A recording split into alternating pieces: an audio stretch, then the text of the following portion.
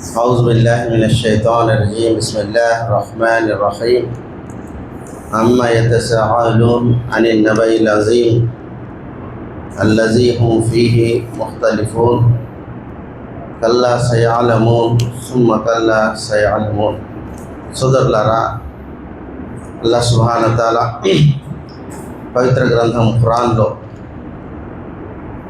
మానవుడి ప్రశ్నలకు జవాబు చెప్తూ ఉంటాడు. మానవుడి మదిలో చాలా ప్రశ్నలు మెదులుతూ ఉంటాయి. అయితే ఎప్పుడైతే అల్లాహ్ సుబ్హానహు తఆలా దైవప్రవక్త సల్లల్లాహు అలైహి వసల్లం గారి ద్వారా ఏదైతే విషయాలు వాళ్ళది వింటారో తప్పకుండా దానికి జవాబు చెప్పేవాడు. సూర్య నబ 78వ సూర, ఇందులో అల్లాహ్ సుబ్హానహు తఆలా అంటున్నాడు, అమ్మా యతసాఅలూన్,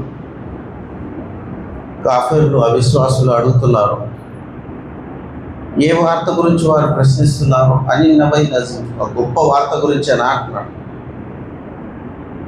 అల్లజీ హుమ్ ఫీహి ముఖ్తలిఫున్, వారు చాలా విషయాలు అనుకుంటున్నారు, వస్తుందా రాదా, ప్రళయం ఉందా లేదా అలా అంటున్నాడు. సుమ్మకల్లా సయాలమోన్, వారి అనుకున్నంత మాత్రాన రాదు అనే అంశం లేదు, వస్తుంది అది. అయితే జవాబు ఏమిటంటే, అడిగింది ఏంటి, ప్రళయం ఎప్పుడు వస్తుంది? జవాబు ఏం చెప్తున్నాడు అల్లా, అలం నజాలిల్ అర్ద మిహాద, మేము భూమిని పాన్పుగా చేయలేదా అంటాడు. అడిగింది ఏంటి, ప్రళయం ఎప్పుడు వస్తుంది, ఈ మొత్తం సృష్టి ఎప్పుడు నాశనం అయిపోతుంది అడుగుతున్నారు. అలాంటి ఈ సృష్టి చేసిన వాడు ఎవరు, నేను కాదా? అలం నజాలిల్ అర్ద మిహాద వల్ జిబాల్ అవుతాదా, దాని మీద పర్వతాలను మేకుల్లా పాతిమాళ్ళు నేను కానా? వహలఖ్నాకుమ్ అజ్వాజా, మిమ్మల్ని స్త్రీ పురుషులకు జంటలుగా నేను చేయలేదా? ఇవన్నీ చెప్పిన తర్వాత అంటున్నాడు అల్లాహ్ సుబ్హానహు తఆలా అంటున్నాడు,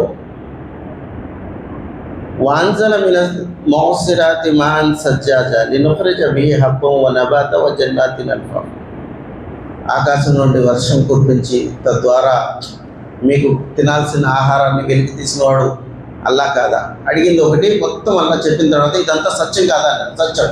అయితే ఇప్పుడు వినండి, అల్లాహ్ అంటున్నాడు, ఇన్న యౌమల్ ఫస్లి కానా మీఖాతా, నిస్సందేహంగా తీర్పు దినం ఒకటి నిర్దిష్టమై ఉంది. మానవుడు ఏదైతే అనుకుంటున్నాడో తీర్పు దినం ఉంది. చాలామంది అంటారు, ఏమన్నా ఇవాళ చేస్తే రేపు అయిపోయినట్టే. మంచి పని చేస్తే చచ్చిన తర్వాత దేవుడు మనిషిగా పుట్టిస్తాడు, మరి చెడ్డ పనులు చేస్తే కుక్కలాగానో వేరే సులకలాగానో పుట్టిస్తాడు. సోదరులారా, ఇది ఆలోచన సబబు కాదు, సరికాదు. ఎందుకంటే ఉదాహరణకు అనుకుందాం, ఒక వ్యక్తి 10 మందిని హతమార్చాడు, ఉరికమ్మం ఎక్కించితే శిక్ష పడింది అతనికి. శిక్ష పడితే ఏంటి, చనిపోయాడు.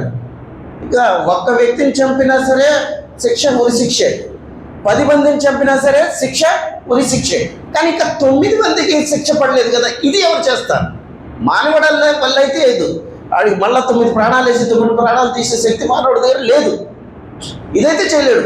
కానీ ఒక తీర్పు దినం ఒకటి ఉండాలి, ఒక జడ్జిమెంట్ చేసే దైవం అనేవాడు ఉండాలి. ఆయనకి 9 సార్లు కూడా పనిష్మెంట్ చెప్పినందుకు దానికి పరిహారం ఇవ్వాలి. అందుకోసం అన్నట్టాడు, లా యమూతు ఫీహా వలా యహ్యా, మేము నరకంలో వాడికి వేస్తే తర్వాత ఎలా శిక్షిస్తాం తెలుసా?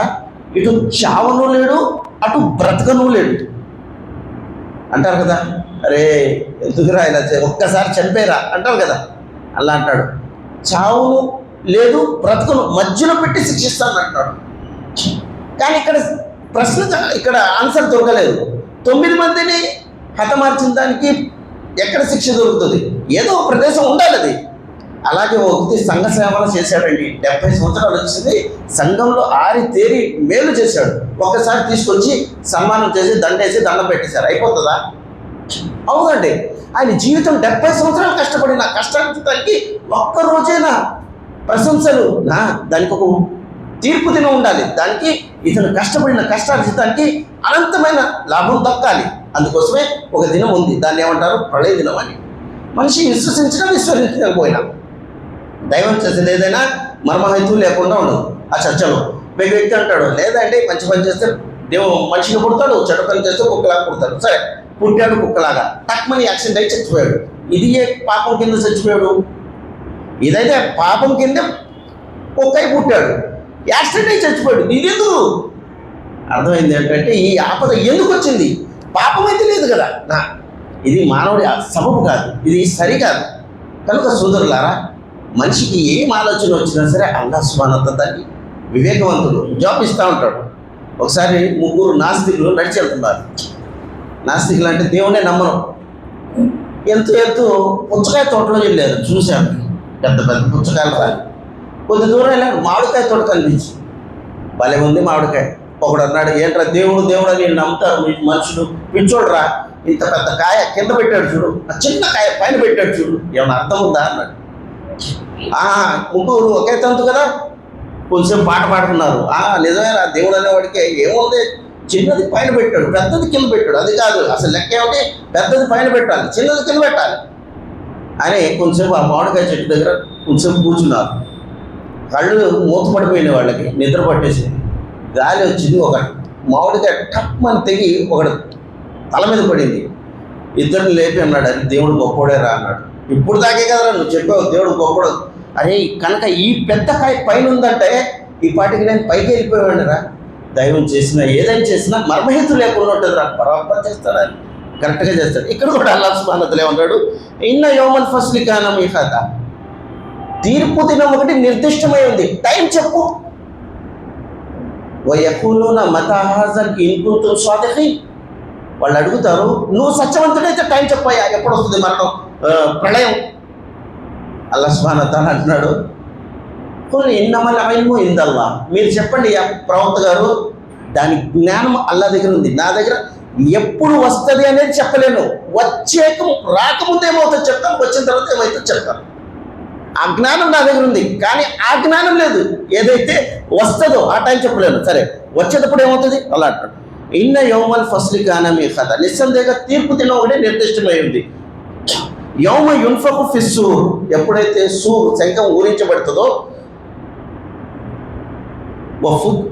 యోమ యున్ఫఖు ఫిస్సూరి ఫతాతూన అఫ్వాజా, మీరందరూ గుంపులుగా ఆయన సమక్షంలో వస్తారు.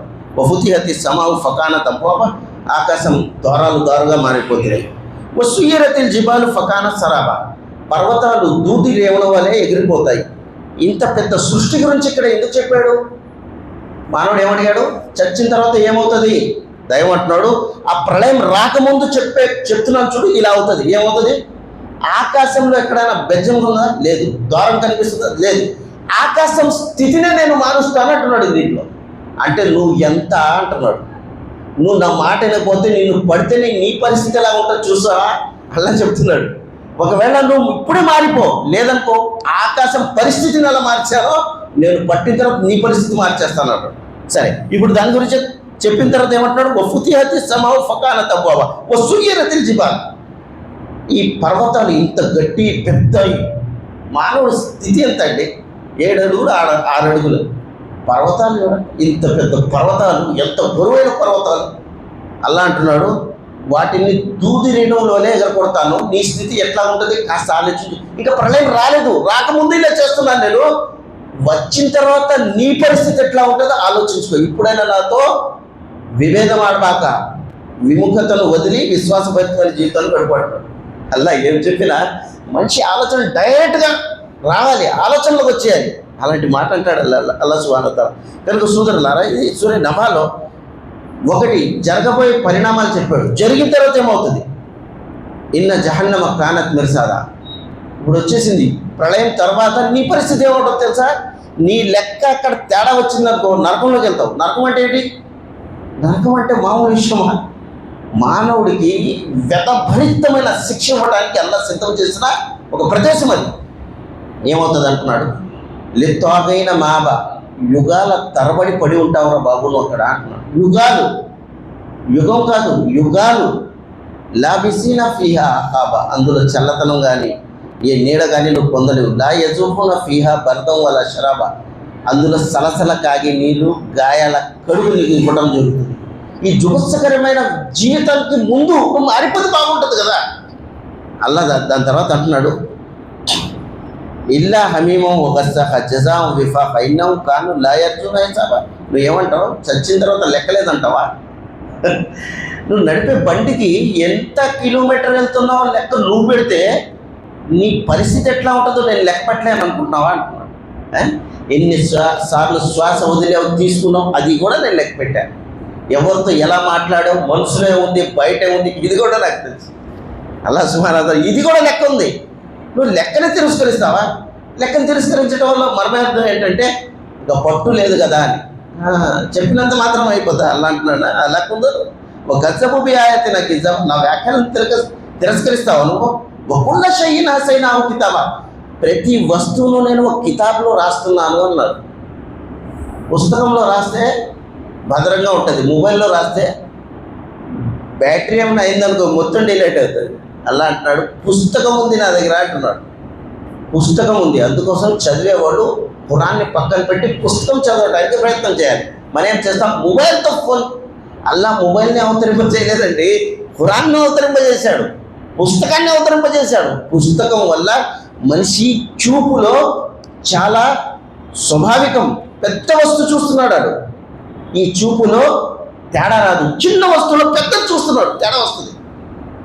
చిన్న వస్తువులో పెద్ద చూస్తున్నాడు, తేడా వస్తుంది. అందుకోసం అల్లాహ్ సుబ్హానహు వ తఆలా పుస్తకం అంటున్నాడు, మేము పుస్తకంలో రాసి పెట్టే ఉంటాడు.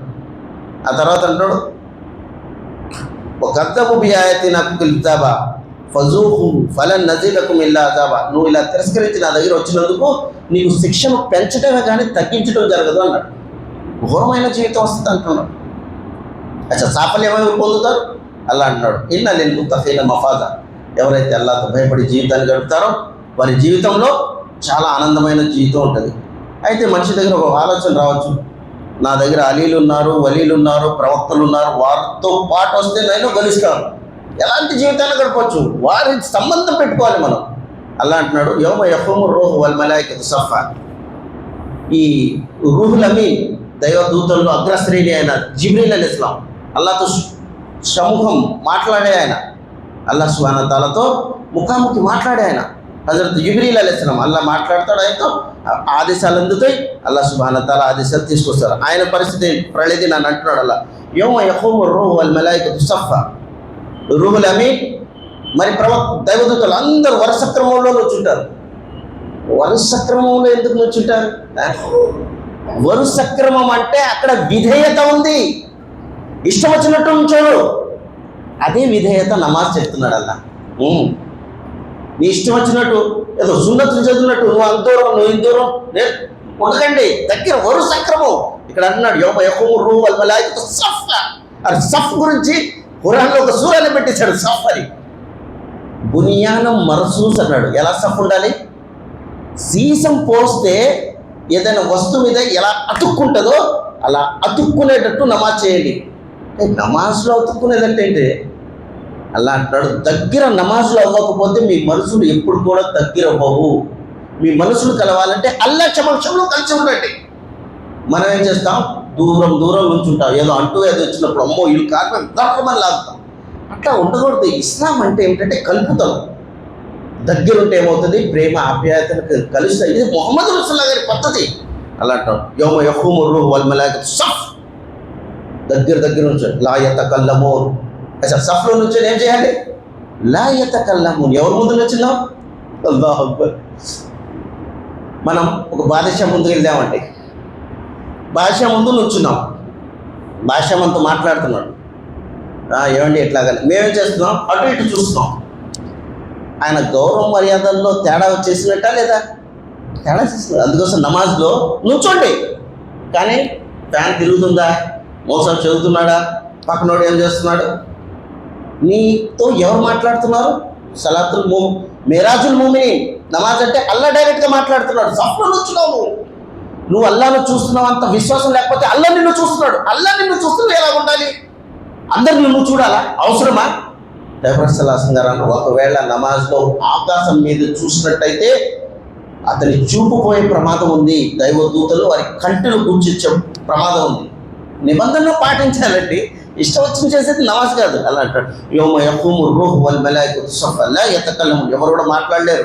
ఇల్లా మన్ అజిన లహు రహ్మాన్ వ ఖాల సవాబా, కరుణామయుడు అనుమతించిందే తప్ప అది కూడా సరైన మాట మాట్లాడాలి. కనుక సోదరులారా, జీవితంలో ఒక జీవితం రానుంది, దాన్ని పరలోక జీవితం అన్నారు. రసూల్ సల్లల్లాహు అలైహి వసల్లం వారు సహబాలకు ఏదైతే తాలీం ఇచ్చారో అందులో ఈ అంశం ఉంది. మీరు ఇహలోకంలో ఎట్టాగైనా జీవితం గడిపినా సరే పరలోకంలో దాని గురించి అడగడం జరుగుతుంది. అందుకోసం వారు ఆచితూచి అడుగు పెట్టేవారు. ఏదైనా చేస్తే అడిగేవారు, అసలు అది సరేనని కాదా. ఎందుకు? అల్లా పట్టుకుంటాడు. అల్లా సుబ్హానహు వ తఆలా భయం, అది నీతి రీతికి వారి జీవితం కట్టుబడి ఉండేది. కనుక సోదరులారా, మన జీవితంలో కూడా ఇలా ఉండాలి, మార్పు ఉండాలి. కనుక ఈ మార్పే అసలు జీవితం. ఒకవేళ మన జీవితాల్లో మార్పు రాకపోతే అల్లా సుబ్హానహు వ తఆలా ఇదే అంటున్నాడు, మేము మీకు ఇచ్చిన జీవితంలో ఒక అద్భుతమైన విషయం ఉంది. అదేమిటంటే నాతో భయపడి జీవితం గడిపితే ఒక క్రమబద్ధతంలో ఉంటారు మీరు.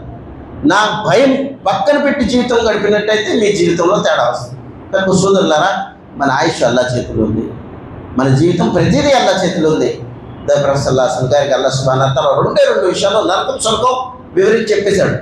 అల్లా అంటాడు, ఫఅమ్మా మన్ తగా ఫఆసరల్ హయాతి దునియా ఫైనల్ జహీమ్ హియల్ మావా. రెండు మాటల్లో నరకాన్ని వివరించేశాడు. ఎవరైతే హద్దులు దాటి జీవితం గడుపుతారో, హద్దులు పెట్టాడల్లా, దాన్ని జమ దాటి జీవితం గడుపుతారో, మరి ప్రపంచిక జీవితానికే ప్రాధాన్యత ఇస్తారు. ఎప్పుడు కూడా ప్రపంచం. అందుకోసం రసూల్ సల్లల్లాహు అలైహి వసల్లం వారు అన్నారు, ఎక్కువగా ప్రపంచం గురించి చర్చించుకోకండి, మాట్లాడుకోకండి. ఎక్కువగా మనసు కఠినమైపోతుంది, దాని మీద అల్లా వ్యాఖ్యల ప్రభావం పడదు. ఎక్కువగా నవ్వకండి, మీ మనసు మృతదేహం అయిపోతుంది, మీ మనసు చచ్చిపోతుంది. దాంట్లో ఇంకా ఎక్కువ నవ్వితే ఏమవుతుంది చూడండి, మనిషి నిరుత్సాహత వచ్చేస్తుంది, మనసు కూలిపోతుంది అనమాట. అల్లా అంటున్నాడు, ఈ మనసు సుఖంగా ఉండాలంటే అల్లా సుబ్హానహు వ తఆలా ప్రాపంచిక విషయాలు పరలోక విషయాలు వినటం మాట్లాడటం వల్ల మనిషి మనసు నిర్మలం అవుతుంది. దాంట్లో అల్లా వ్యాఖ్యలు వెళ్ళటానికి అవకాశాన్ని కల్పిస్తాడు అల్లా. మన ప్రపంచం అంటే అది ఎట్లా ఉంటుందంటే మనిషి జీవితం మొద్దుబారిపోతుంది. ఎందుకంటే అతి ఆశ అయిపోతుందో మానవుడి జీవితంలో లక్ష్యం ఏదైతే ఉందో దాన్ని తప్పిపోతాడు. అల్లా అంటాడు, ఫైనల్ జహీమ హియల్ మావా వఅమ్మా మన్ ఖాఫ మఖామ రబ్బిహి వ నహా నఫ్స అనిల్ హవా. ఎవరైతే అల్లా సమక్షంలో నుంచోవాలని భయపడతాడో, ఆ భయం అల్లా సమక్షంలో నుంచొని జవాబివ్వాలి. ఆ భయం మానవుడికి ఎప్పుడైతే రాత్రిపూట లేచి వణికిపోయి తహజ్జుద్ చేస్తూ అంటాడు, అల్లా నేను ఇప్పుడు నమాజ్ చేయడానికి నిల్చుంటాను, కానీ నీ ముందు ప్రళయ దినాల్లో నిల్చునే శక్తి నా దగ్గర లేదల్లా. నీ ముందు భూమి ఆకాశాల చక్రవర్తి, నీ ముందు నుంచుంటే నువ్వు ఎందుకు చేశావు అని అడిగితే అల్లా దానికి జవాబు చెప్పడం కూడా నా వల్ల కాదల్లా. అందుకోసం ప్రొఫెసర్ సల్లల్లాహు అలైహి వసల్లం సతిమణి అన్నది, అమ్మ ఆయిషా, ఎవరితో అయినా ప్రళయ దినాన అల్లా అడిగేశాడు ఈ పని ఎందుకు చేశావు అని అంటే అతను నాశనం అయిపోయినట్టే. అల్లా ప్రొఫెసర్ అల్లా సుబ్హానహు వ తఆలా అన్నాడు, మేము హిసాబు యసీరా, లెక్కను చాలా తేలిక చూస్తాం. వారికి నిష్ఠాపరులకే లెక్క ఉంటే లెక్క లేకుండా జీవితం గడిపితే లెక్క ఉండదండి. అందుకోసం అల్లా సుబ్హానహు వ తఆలా అంటాడు,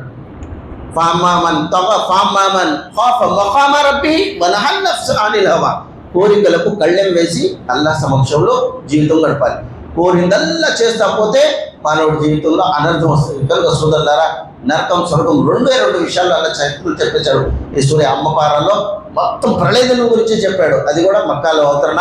అల్లా సుబ్హానహు వ తఆలా కఠినమైన ఆ మక్కా వాసులు ఎవరైతే ఒక మేకను వాళ్ళు తినాలి, ఏదైనా భాగం అంటే ఒక తొడ తినాలి, దాన్ని అలా పెట్టి కట్ చేసేవారు. ఆ తొడ తీసుకొచ్చి కాల్చుకొని తింటామో వేపుకొని తింటామో, అది అలాగే అల్లాడి చనిపోయింది. అలాంటి కర్కోటకుల మీద ఖురాన్ అవతరించగానే వారి జీవితంలోనే మార్పు వచ్చేసింది. పసికందులు పిల్లలు పుట్టంగానే తన చేత్తో గొయ్య తీసి అందులో వేసేసి స్వతహాతో చేతులతో మట్టి తెలుసుకొని గర్వంగా చెప్పేవారు, నేను ఇంతమంది ఆడపిల్లల్ని హతమార్చాను గర్వంగా. ఎంత కఠిన పాషాణాలు అయిపోయి ఉంటాయి మనుషులు. వాళ్ళ మనసుల మీద ఖురాన్ చదివితే కళ్ళ నుంచి ఆశ్రులు జలజలా రాలి అన్నారు దైవ ప్రవక్త. మా కోసం దైవంతో దువా చేయండి, ఇంకా ఇటువంటి పాపాలు చేయమని. కనుక సోదరులారా, ఈ ఖురాన్ ఒకవేళ మనం అర్థం చేసుకున్నట్టయితే ప్రపంచంతో సంబంధం అంతే పెడతాం ఎంత అయితే అవసరం ఉంటుంది, కానీ పరలోకంలో అత్యధికం పెడతాం. ఎందుకంటే అక్కడే అసలు చిరకాల జీవితం అనేది. ఇదేంటైతే టెంపరీ జీవితం. ఒక అద్దె ఇంట్లో మనిషి ఉన్నాడు అనుకోండి, ఇష్టం వచ్చినట్టు మార్చుకోవచ్చా? లేదండి, గోడ బాగలేదు బాగుంటే ఈ సైడ్ నుంచి పెడతా అంటే ఎవడిచ్చారా నీకు హక్కు అంటాను. నువ్వు కిరాయి కట్టడమే, అద్దె కట్టడమే, మాట్లాడే హక్కు లేదు. ఉంటే ఉండు, లేకపోతే వెళ్ళిపో, అంతేనా? ఇది కూడా అద్దెలేదండి, ఇది అద్దెలే. మనం దాంట్లో ఇష్టం వచ్చినట్టు తేడా చేస్తే పంపించినోడు అంటాడు చాలా ఎక్కువ చేస్తున్నావు కానీ పైకి వచ్చేయాలి, అంతే కదా.